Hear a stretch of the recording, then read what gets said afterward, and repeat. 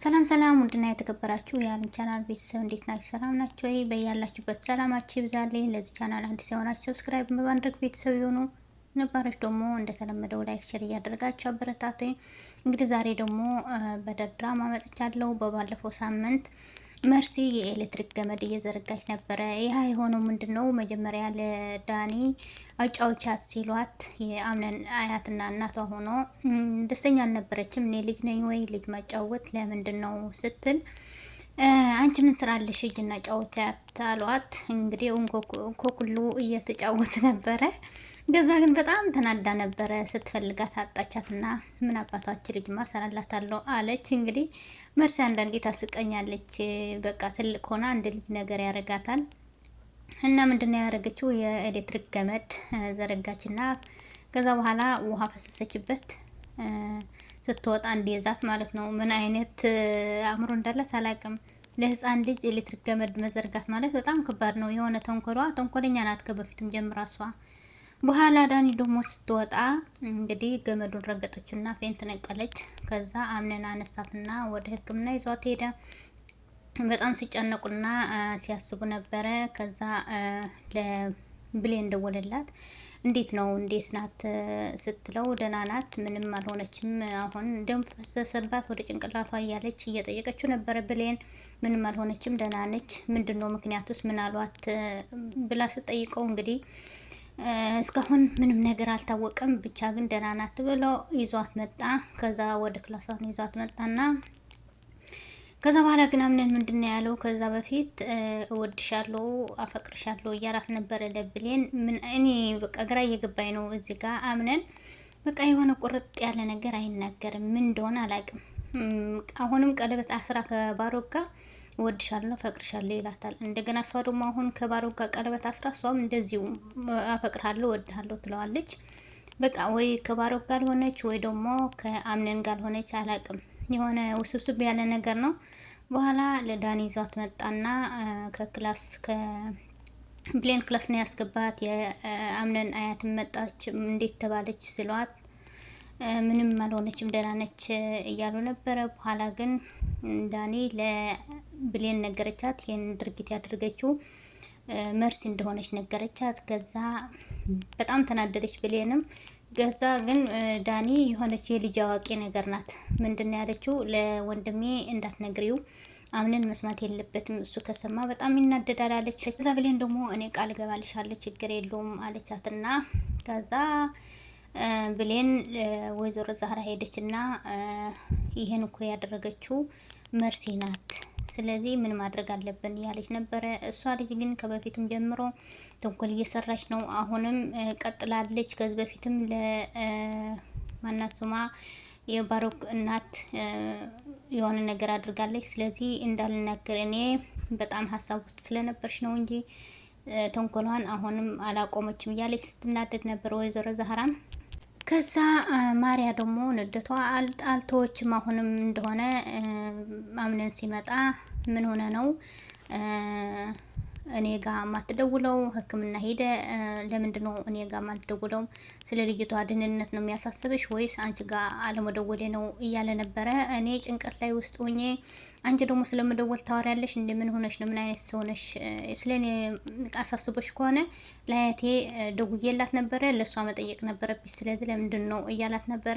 እሱ ደግሞ ቦታ ስለማይሰጣት ነው እንጂ ለብሌን ደውሎለታል ግን ለማሪያ መደወል አላቃተውም። ግን ደግሞ ስለማይወዳት ስለማይፈልጋት ነው እንደዚህ ያላት እንጂ የምትወጂውን ሰው ወይ ደግሞ የሚወድህን ሰው በፍጹም የፈለገ ጭንቀት ውስጥ ቢሆን የፈለገ የሆነ የተጣበበ ቦታም ቢሆን ለሚወደውን ሰው ቦታ አያጣም ማለት ነው። ስለዚህ ስለማይፈልጋት ስለማይወዳት አልደወለላትም። ለብሌን ግን ደውለላታል። ስለዚህ እሷ ደግሞ በጣም ተናዳ ስትጨቃጨቅ ነበረ። ስለዚህ ምንድነው ማድረግ ያለብኝ እኔ? ምን ሆነው ነው እንደሷ ማያየኝ እንደ ብሌን ማያየኝ ለምንድነው እያለች እየተናደደች ነበረች ማርያም። በኋላ ግን ምንድነው ያደረገችው? ማርያ ከብሌን ጋር እያወሩ ነበረ ውጭ ላይ ሆኖ አምንና ብሌን ሄደችና ለ4 ቀን ከዚህ ቤት መውጣት አለብን ወይ ደግሞ መሳፈር አለብን እያለች ነበር። ወዴት ነው? አባቴ ኑ ብሎናል፣ ወደ አባቴ መሄድ አለብን እያለችው እና እሱ ደግሞ ለእኔን ሳታስፈቅጂ ለእኔን ሳትነግሪኝ እንዴት ነው በአንዴ ብድግ ብለሽ እንሄድ ምትይኝ አላት። እና ምን ችግር አለው እያለች ነበረ። ባሌ አይደለህም እንዴ? ባሌ ስለሆንክ የኔ ውሳኔ ያንተም ውሳኔ ነው ብዬ ነው እንደዚህ እያልኩ አለችው። እኔ አልሄድም፣ ከፈለግሽ ሂጂ አላት። ብቻዬን ልሂድ? ሂጂ፣ ለአባትሽም ታስፈልጊዋለሽ፣ ታግዢዋለሽ፣ ሂጂ አላት። ከዛ በኋላ ግን በጣም ተናደደች እና ለአምነን አያት ሄደች እና ነገረቻት። ምን ሆኖ ነው አምነን እኔ ጋር እንሄድ ስለው እምቢ እያለኝ ነው። ስለዚህ እኔ ምንድን ነኝ ሚስቱ አይደለሁም ወይ እያለች ነበረ። እሷ ደግሞ ተረጋጊ አምለን እንደዚህ ነው አንዳንዴ በውሳኔ ላይ አትቸውኪ፣ ቀስ በይ ተረጋጊና እኔ አናግረዋለሁ እያለችው ነበር አያቱም። እሷ ደግሞ ስታለቅስ ነበረ። ከዛ ግን ከመርሲ ጋር ምንድን ነው ያለችው? የሆነ ተንኮል እንፈልግና አግዢኝ ቫክሽን፣ አምነንም እኔ አይፈልገኝም፣ ስለዚህ ብሌንን እንድትርቀው ወይ ደግሞ የብሌን መጥፎ ነገር እያየን ከእሱ ጋር እንድትርቅ እናርቅ እባክሽን አግዢኝ እያለቻት ነበረ።